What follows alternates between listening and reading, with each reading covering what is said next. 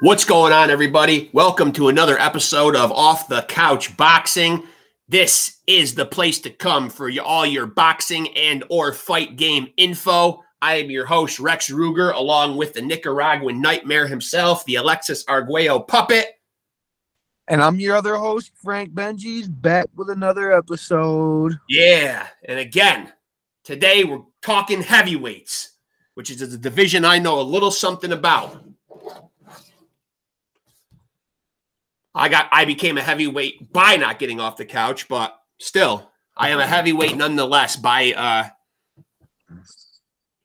just by default and my body proportions and size and whatnot. So, but come on, who doesn't love the heavyweights, man? The big boys banging. I mean, there's nothing better. I mean, I think it's always been one of the most storied and highly regarded divisions in boxing. You know, taking nothing away from any of the other divisions, but I mean, come on, it used to really mean something to be the heavyweight champ. You know what I mean? Right. The heavyweight champ.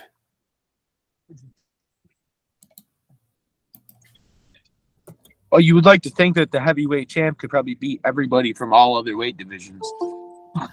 Yeah. Well, our guest is here right now, so we'll let him talk to us about all this this heavyweight stuff that he likes to talk about here.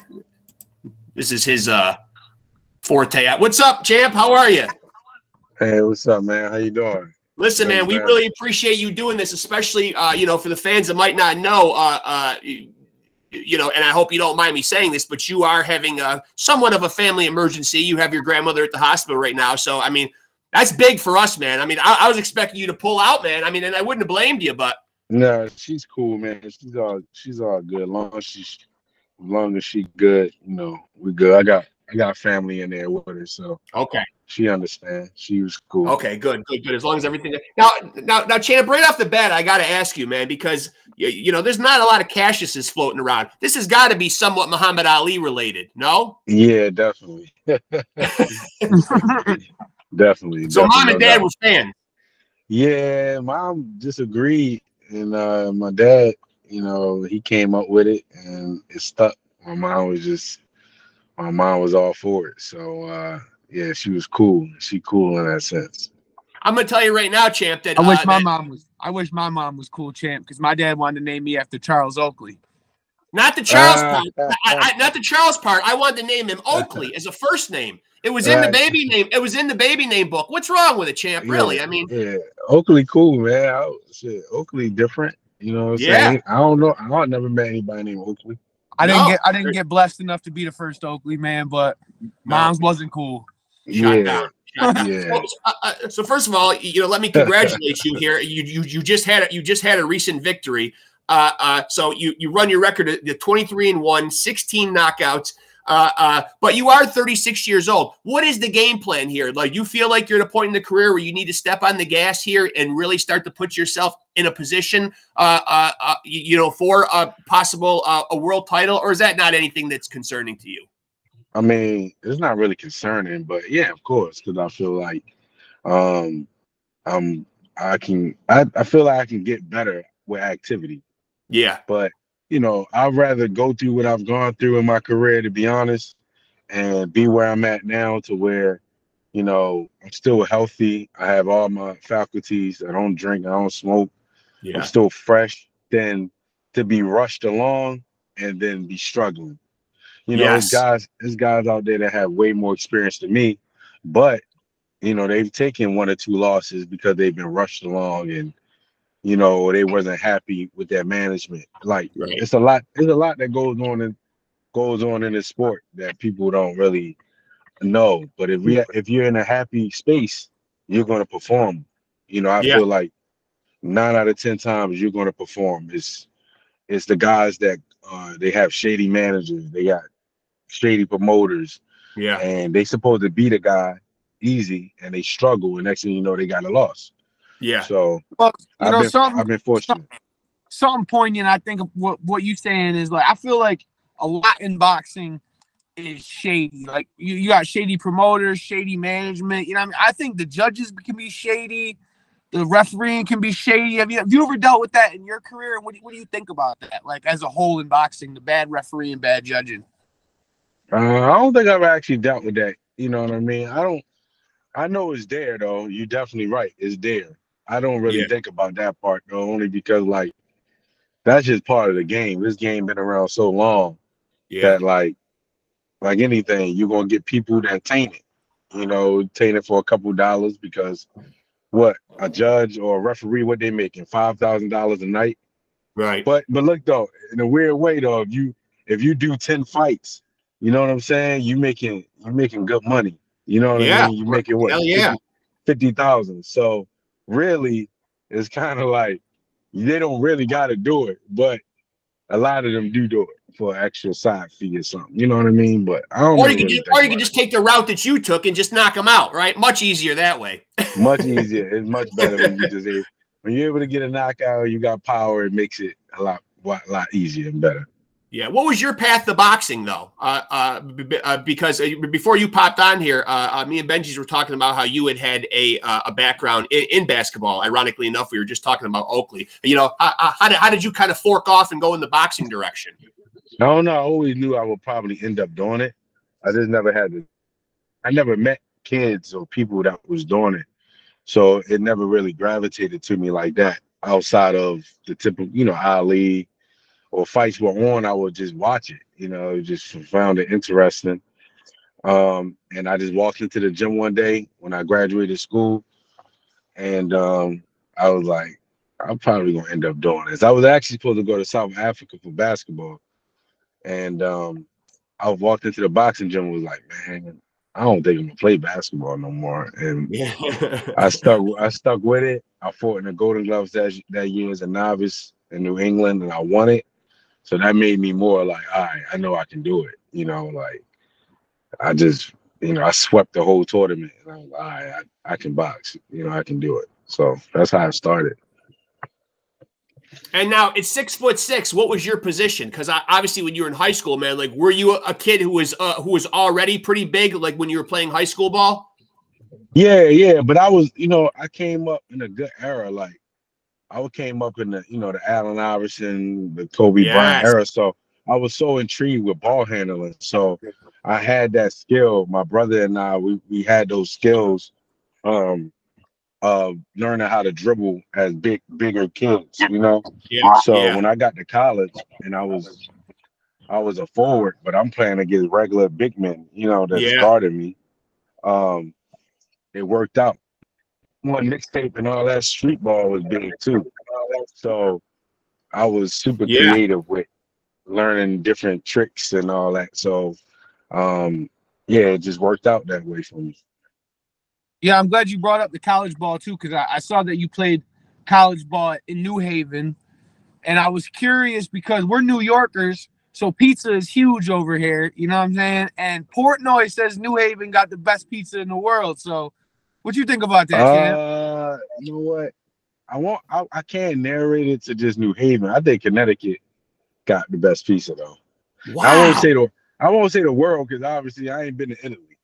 Well, right. I meant U.S. Yeah. I know. But if I had to say like, yo, I've been to Cali. I ain't wasn't nothing about the pizza. I've been to Miami, Florida.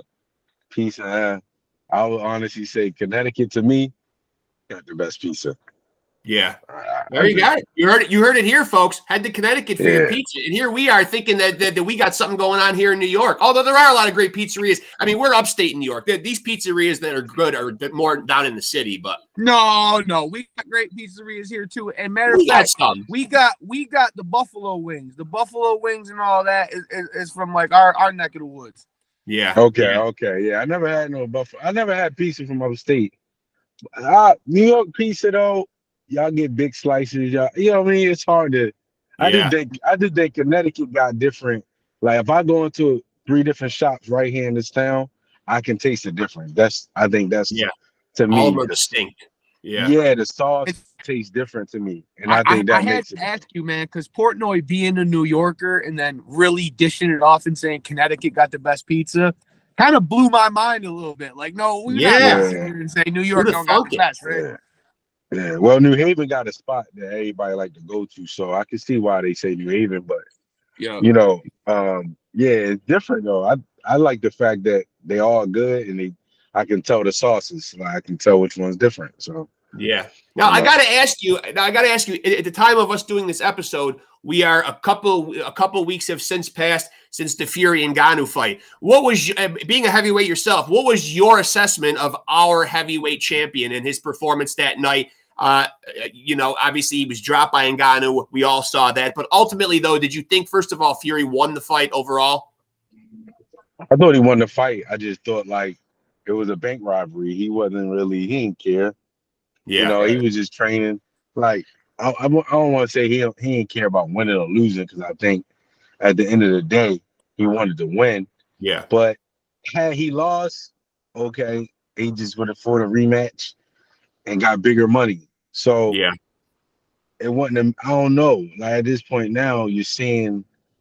I think I'm seeing boxing trending in a way where like it's almost. I don't know. Saudi Arabia seemed like they're trying to get it under one roof.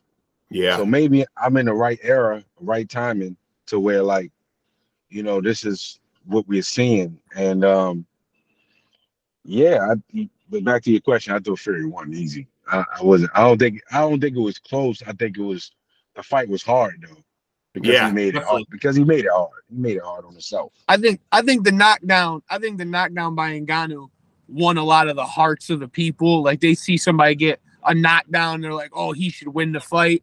But like they're not Yeah. really thinking about the boxing scoring system as a whole and the whole 10 rounds. You Yeah. know? But Yeah, that's exactly you said exactly what I said though, because I said it was a robbery of the fans, if anything. Yeah, he was just, big money. Yeah, but I mean, the way boxing is, man, is like it's changing now. Like guys, I don't think anybody would say no if they're paid properly. Ngannou, Right. I don't think Ngannou fights Tyson Fury for $500,000, Right. but that's to the regular average fighter, that's great money. Tons of But money. Yeah. he's not going to say, "Yeah, I'll fight Tyson Fury or Deontay Wilder for $500,000." He's not going to do it. But if you paying fighters the money that the guys in Saudi Arabia are paying, who's going to say no?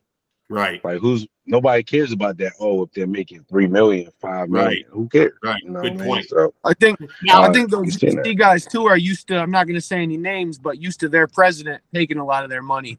So they don't really Oh get yeah. the purses that the boxers get. Oh yeah, by far. I mean, that's part of the reason why. I mean, Ngannou, I think, went to the PFL. He has a lot of the stake in that too, which is good. But more importantly, is like, I mean, you seeing it trending, and I won't be surprised once these guys become free agents. Saudi Arabia starts bringing MMA fights there because like they just want entertainment, and if you bringing it, they're gonna pay you. And Yeah. who's gonna say no? Like who's gonna say no to 5 million? Like, okay, I'll fight King Kong for 5 million. Yeah. I'll fight Absolutely. Godzilla. Yeah, like it's just a fight. You know what I Isn't mean? it? It's a fight, but Is it infuriating or does it bother you in any way when you've been grinding and doing this for so long and then you see Ngannou based off that performance suddenly being ranked number 10 by the WBC and kind of leapfrogging other guys that have really been at it for a while? I understand if other guys like, because some of these guys that's in it been boxing longer than me. But I look at it like Ngannou's been fighting for a long time, man. Yeah. And he probably ain't made the money that he should have made. Right. So for him to get this opportunity, I think it's gonna make more guys say, you know what, let's try this. Let's take a risk. I won't even call it a risk if you're making good money. You're Right. making over $1 million. It's not even a risk no more. It's really just you fighting and you getting paid properly to be a Yeah. professional. Financial Because security. Yeah. because all these other sports, they get millions of dollars. Now you got Saudi Arabia saying, "Oh, come over here. We're going to pay you like an NBA player Yeah. for one night I actually heard of they're work." trying to start their own NBA. They're trying to recruit James Harden over there. Yeah. Yeah, and that's all that's happening. That's all that's going to happen, and you're going to see more players, more people doing it. And I don't really see it being easy with basketball though, because guys want to do stuff unless they build like their own area. But Right. with boxing, most of the time after training, after you fight, you go home. We ain't trying to hang out in Saudi Arabia. You know what I'm Right. saying? So Right. you know what I mean? So with fighters, you can definitely do it. And maybe with, I don't know, football, maybe a football game and you leave, but yeah, it's gonna be interesting. Are you somebody that has an idea in your mind about an ideal opponent? Are there any guys up in that upper echelon of the heavyweight division who you would like a crack at, or that you see yourself matching up well with? Cassius and Bacoli. Bacoli would be a nice guy. Yeah, Yeah. Bacoli, I like Bacoli's game. Yeah. You know, Yeah. I know. We like him too. yeah, that'd be cool. I think we kind of similar, a little bit different. Um, yeah. I don't know, man. I gotta see how December 23rd plays out. That's You a know, big right card. now, Big card. yeah, and then I think it opens up kind of like the next wave of guys that can come over there and fight. Because I won't turn down, you know what I mean? I won't turn down a fight like going over there and Right. getting a fight because you can always come back here and fight again. Once you Yeah. make a certain amount of money, you can come back here, fight again, people forget, and then you just back in the mix. You know, like Yeah. it's Right, you're gonna get boxing, so you're gonna get to see a lot of your competition on December 23rd too. Dubois, Makhmudov, Parker, Yeah. it It really does seem like Saudi Arabia. It sounds like Saudi Arabia really loves, particularly the heavyweight division. They seem to really like putting out heavyweight bouts too. yeah. I'm not saying that it's like the biggest era for heavyweights right now, but I would still say the heavyweight division right now has the most personalities. Yeah. Like guys that can speak English and things like that. Like even the foreign guys, they speak enough English. Like the smaller weights, it's only like 4 or 5 that can speak, and you know what I mean. You know the tank, all those guys, but it's a little bit different. And the smaller weight guys are all under contract. A lot of the heavyweights aren't really in big contracts. Right. You know what I Right. mean? Good point. So it's a little bit different. I think it's easier to deal with us. Who do you see if you could take yourself out of the mix? Are there other guys, amongst your peers? Obviously, I don't want you to be gushing over these guys because they are your competition. But are there other guys? You mentioned Bacoli. Are there other guys, who either you've sparred with or you've seen their game and you do like them? Even from a fan standpoint. I mean, I know you. At the end of the day, you want to knock all these guys' heads off if given the chance. But I mean, are there other guys up there? Like we mentioned, Bacoli. We really like him. We like F.A. Ajagba. Some of these guys we really do like, and they're not always the biggest name guys. Right. I would say there's a lot of guys that I think got good styles. Kevin Lorena got a good style for a small guy. Jared Anderson got a nice little style. Fury, of course. Wilder is Wilder. Luis Ortiz. Yeah. Usyk got really nice styles. You know what I mean? I think I learned quite a bit from him being in camp with him. But it's not really. Everybody's a little different, and I think on any given night, you can see a guy have a bad night. Sure. I do feel like on the 23rd, I don't think you're gonna see everybody look good. I think somebody, one or two guys, gonna have like an off night, and it's gonna be interesting. Yeah, I'll tell you one thing I'm curious to ask you because you just brought him up. Usyk, that last Usyk Dubois fight. Me and my dad differ right here, man. I think it was a low blow, and he says it was a clean body shot. What do you think? Because that changes the whole fight. It's like, fight yeah, I mean, but I don't think Usyk would have stayed down.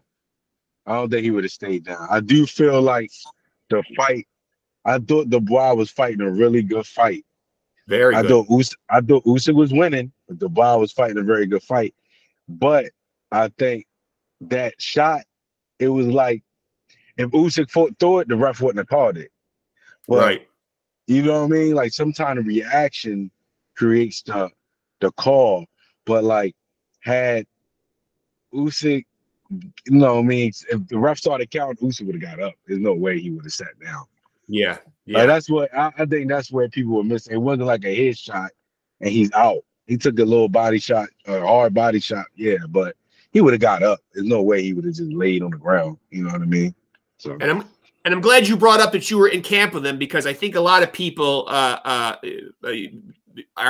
looking at Fury's size and looking at well, the date's been moved now to the, February 17th. But when Fury and Usyk do fight for the undisputed heavyweight title, I think a lot of people are just automatically writing Usyk off because of the discrepancy in size. Well, is being in camp with Usyk, what have you seen that you that you could say will make this a competitive fight?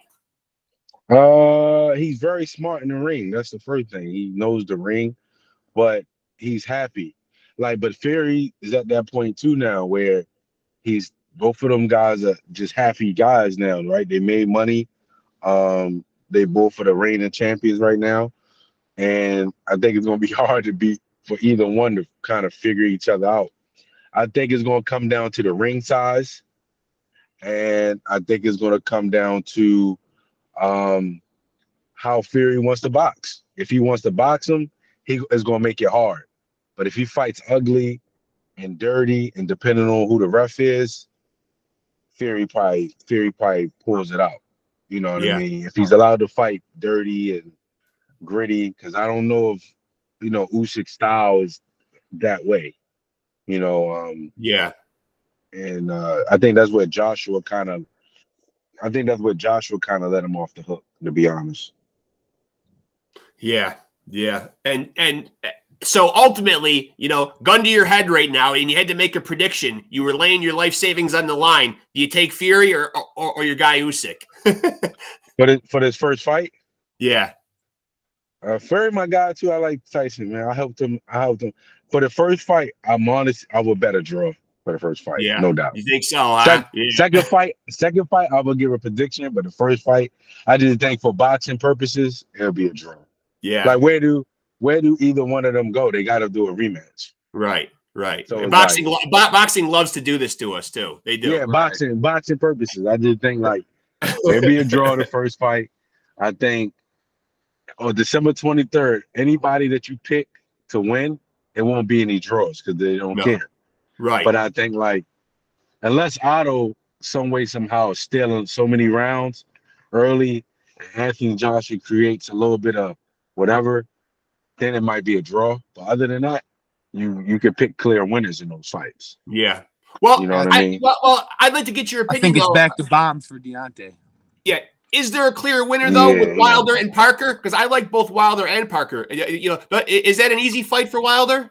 Back to bombs. I won't say easy, but I think Parker's new style is going to create a knockout opportunity for sure. Yeah. Like an opportunity. Now, Parker does have fast hands. He has been tested. He can fight ugly. Yeah. But I do feel like Wilder's looking to try to land something unless you're patient. Yeah. So to your point, it could be an interesting fight depending on which Parker show up. But the Parker that just fought Simon King, I think he looked good getting the win the way he got the win. But a right hand, a faster guy, athletic guy throwing a right hand is different from how Simon King was boxing. That's my point. Yeah. So to talk about you again, I'm just curious. When do you think you're gonna fight next again? I heard February. I heard it's maybe myself and Jonathan Guitry, and because we're in the same stable. So. Are we possibly maybe sniffing out February 17th, maybe on this Fury Usyk undercard? I don't know if they'd be able to get me and Guitry on that card, but shoot, I wouldn't mind it. Yeah. I wouldn't mind it. Yeah, I wouldn't mind it. But from what I heard is possibly myself and Guitry maybe. And who knows? Whichever I'll be fine with. I'll be fine with it for sure. Now, 2023 has been a fantastic year for boxing. We've gotten to see a lot of great fights. We still got a couple more here before the year finishes off here. But are there any fights that stick out for you in 2023 that you got really amped up to see, or that that you had looked forward to and were glad that they happened? I I'm definitely looking forward to Demetrius Andrade and Benavidez. I think that's gonna Yeah, be me Oh, too. awesome. I was looking for. I'm not gonna lie. I was looking forward to Charlo Canelo. I didn't think Canelo. He just made it clear that he didn't in Yeah. that fight. But I look for the Benavidez Demetrius. I think that would be a really really good fight. Yeah, I do too. I do too. Who do you got winning it? I don't got a draw on that one, but I mean, we are I'm gonna talking go. the I'm gonna Mexican go. monster here. Yeah, Benavidez, late I rounds. think Benavidez is a monster, man. I think Boo Boo might steal it though. Yeah, he does got a You know great skill what I mean set. what I mean by steal it? The win or draw. Yeah, yeah, yeah. So I got to ask you more though, like about your hoops days, because everybody remembers that performance that they turned in, no matter what sport. What was your best fucking hoops game? There's got to be one that sticks in your mind where you really had a monster game. Man, a lot of monster game. Probably, probably, dang, probably summer going into my senior year. I think I had like 45 or something like that Woo! in like an AAU tournament. Yeah, I think that might have been but I wasn't missing nothing, anything. Everything was going in behind the backboard shots. Stupid stuff was going in. So I would probably say that was probably one of my most fun games because everything was just going in, random shots. But I've had good games after that, And Yeah. who is your NBA team? Is there a team that you follow? Are you still a fan of the sport? I'm a Sixers fan. But Sixers. Okay. I'm a LeBron fan, man. So wherever LeBron at, that's the team I'm rocking GOAT. with. The GOAT. Thank you. Yeah. Yeah, Yeah. yeah. See, no hate, man. I'm not going to sit here and cop to the fact that he's the GOAT, though, man, because No, I'd he's be the capping GOAT. if I said that, man. I'm an MJ guy, man.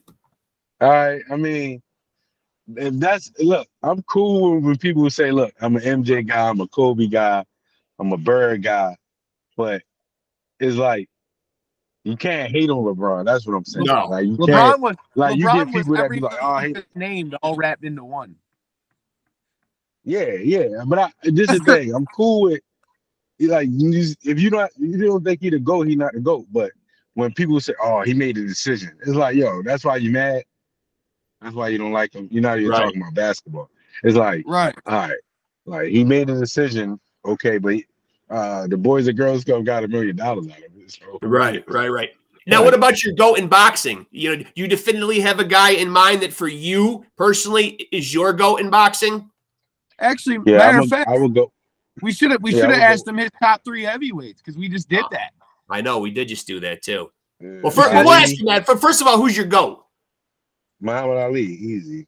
That's easy. And he was on the top of my top 3 heavyweights. Now, mind you, like we do this thing on Facebook. We do this thing on Facebook called 3-Punch Combo, and we do these top 3 lists. And we recently did top 3 heavyweights, and I had Muhammad as my number 1. Now, obviously, it's very subjective. I didn't say we don't say it's a definitive list. It's just kind of subjective. Our top 3, right?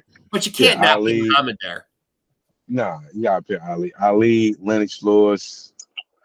And my third heavyweight will probably be Larry Holmes or Holyfield. See, he's got my top 2. He had my same top 2, but I had New York's own Iron Mike, man. But I mean, Yo, we had the same exact top 3. I put Holmes at 3, Lennox at 2, Muhammad at 1. Yeah. Holmes with that jab, right? Damn. Yeah, Holmes is vicious, man. He was vicious when you really watch him. But Holyfield up there too, man. But he started at a smaller weight, so I will go with Holmes. Yeah, I was torn not putting Holyfield on mine just because I love the guy so much, and it was incredible what he did, man. Coming up from cruiserweight, and then you see him in there with guys like Lennox and Riddick Bowe and guys that are absolutely huge. Yeah. Does that make a difference nowadays in today's heavyweight landscape? Obviously we see Usyk is a small guy. You yourself, you're listed at 6'6". You certainly would be considered one of the bigger heavyweights. But is it one of those things where size really still is a big advantage? Do you believe that a good big man always beats a good smaller guy? Yeah, of course. On most nights. Almost nice by far. Almost nice. The only reason why if Fury takes this this fight serious, he can win on points. Like I don't know if he can stop Usyk because he's very elusive and he's okay with moving around the ring. He's okay with being patient and not getting hit all the way until he's ready to touch you. That's the problem. Like with Usyk, he will be patient. He'll land one punch the whole round, but in his mind, he's winning. You know, so it's like I think Tyson Fury take it serious, and then it's the big man always beats the smaller man. I gotta ask you, just because we just saw it. It just passed. It was a fight on the school night, man. Shakur Stevenson, De Los Santos. Was that the most boring fight you ever watched in your life? Because we hated it. And I like Shakur. I'm a big Shakur fan, but that was not it. Yeah, I'll be honest. I missed that fight because I had a long day that day. But I mean, well, if you needed help going to sleep, that would have been the thing for you. Yeah, perfect remedy. Honest. Yeah, I'll be honest. Like, it didn't wake me up, but that's boxing. Like, you're gonna have like any given night, you can get hurt. I'm not saying I'm not making an excuse really for him, but that's what happens. And the money's so good, you say, yeah, you go in the ring. You see Teofimo Lopez. He will not. Healthy Teofimo Lopez does not lose to Kambosos. But a weight drain. Overly trained, weight drained Teofimo Lopez will lose to Kambosos.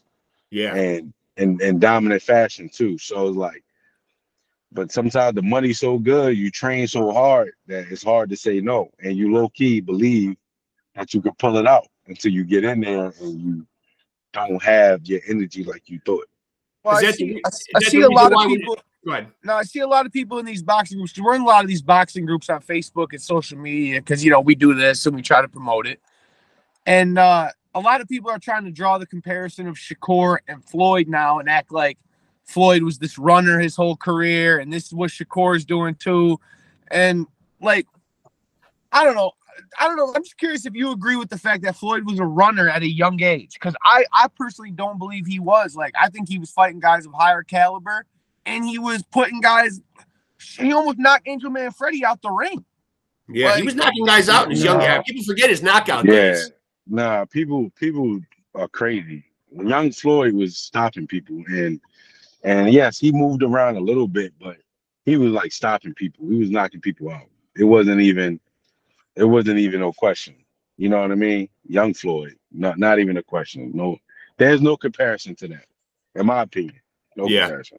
Yeah. Yeah, he was young Floyd, Pretty Boy Floyd was the greatest fighter in ever lived. Pretty Boy Floyd, greatest fighter. I mean, he had the skill he had at an older age, and he had the power. Yeah, that's true. I just look at I look at Sugar Ray Leonard, and I think a young Sugar Ray Leonard versus a young Pretty Boy Floyd. SugarRay Leonard was crazy. Yeah, that would have been a battle. That would have been a fight for the ages. Yeah. So since you brought his name up, man, who won that fight? Sugar Ray Leonard or Marvelous Marvin Hagler? This is one of the most polarizing debates ever, and I'm sure you've watched the fight. Yeah, Hagler won. There you go, another Hagler guy. Hagler won that fight by far, and I think Sugar Ray Leonard fought him like an amateur.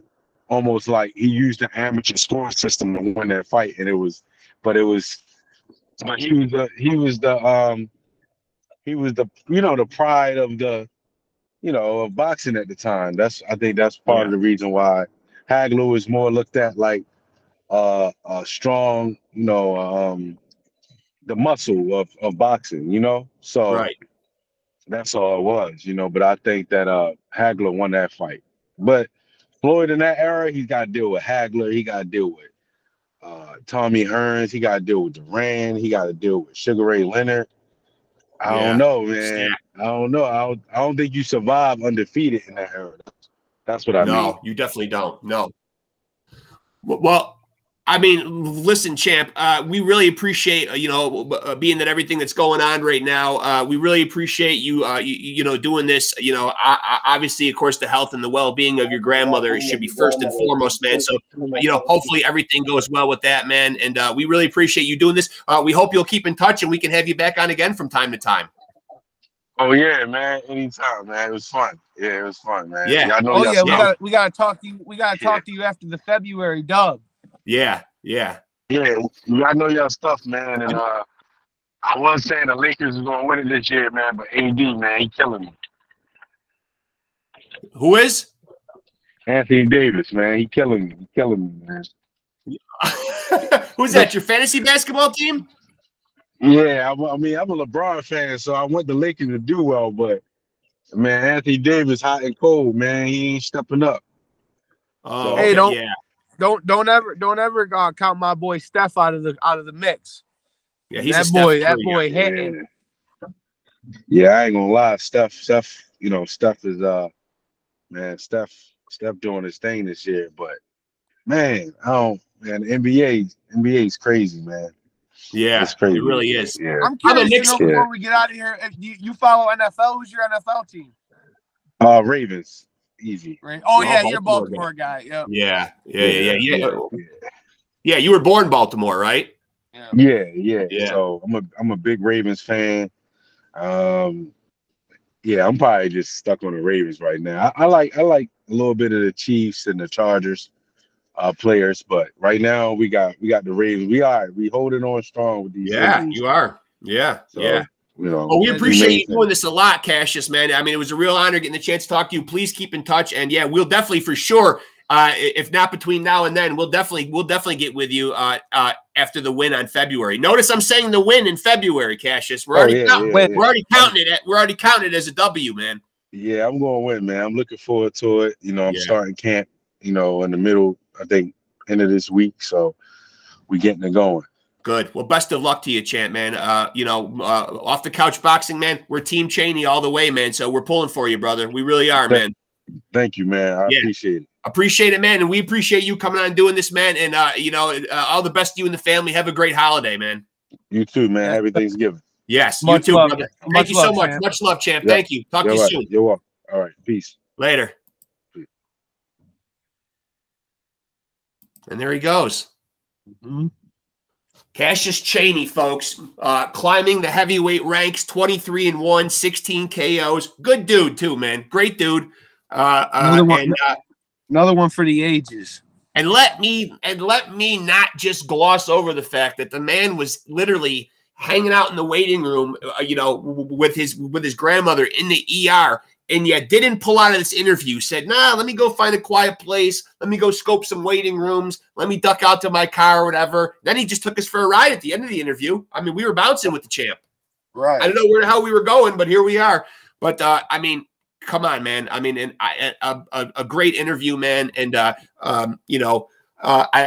certainly, as a guy that's 50 years old myself, and still feels like I got a few more, few more go arounds. The guy is 36 years old, man, and he's, of course, we've seen Bernard Hopkins, we've seen guys do it well into their 40s and 50s. Doesn't seem like there's any quit in Cassius Chaney anytime soon. 36 years old, but he's not panicking. He's not worried. He's trusting the system and that the right fights will come, and he's trusting the whole process, man. And I think right there, man, you're seeing a smart, calculated, seasoned guy who's gone about it the right way, who you will see in the thick of the heavyweight picture.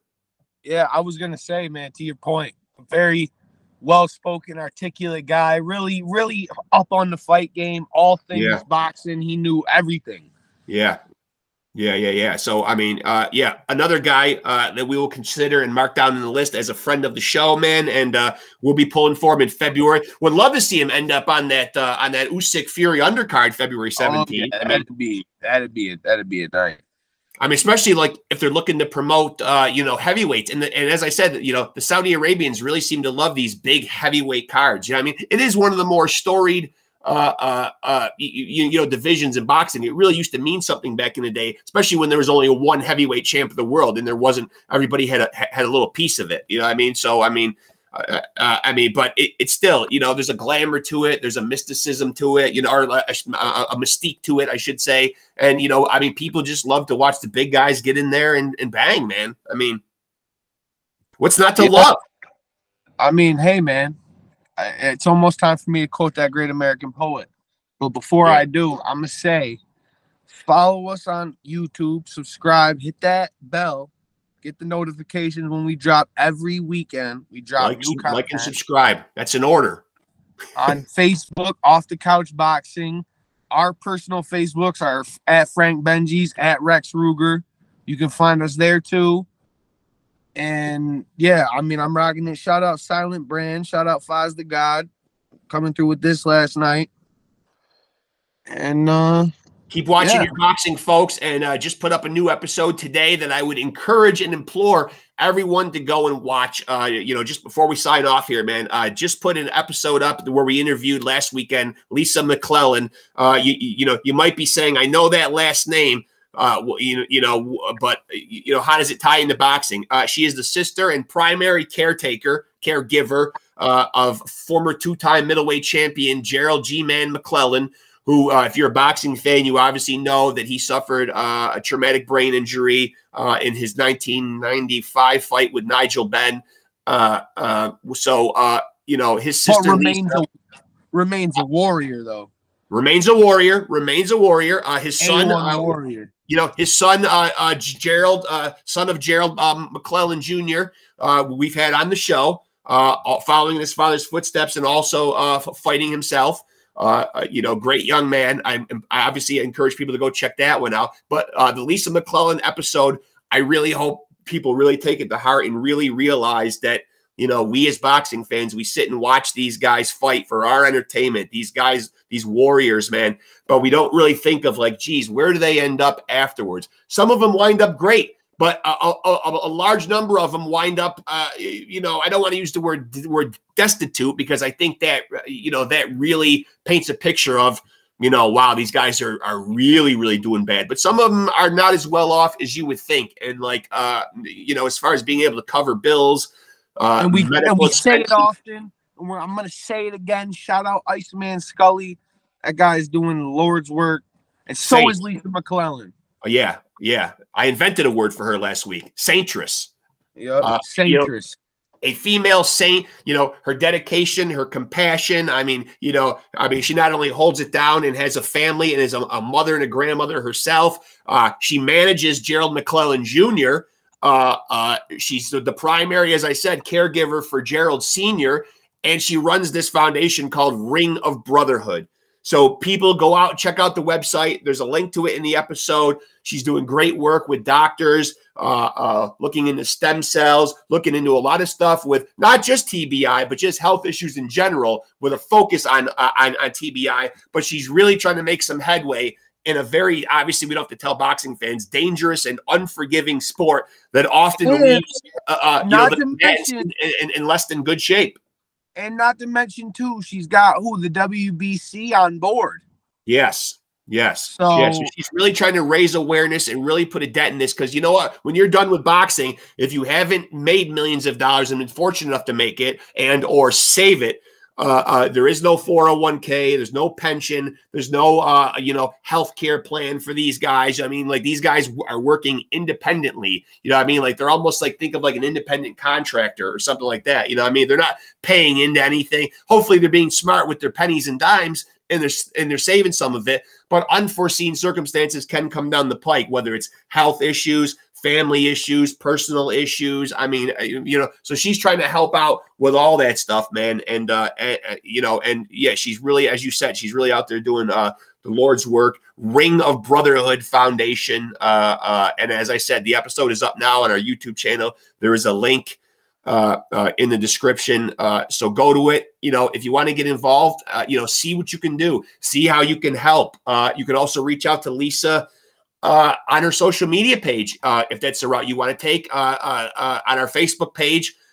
I did advertise the episode. She is tagged in it. She is a friend of the show. So if you'd like to reach out to her directly, I'm sure that there are options, whether it's monetarily helping or just, you know, anything that you can do. If you're a healthcare professional, if you're a person with ideas, if you're a scientist, if you're a person who's looked into this stuff, maybe on behalf of a loved one or for personal reasons, you know, you may be able to help her.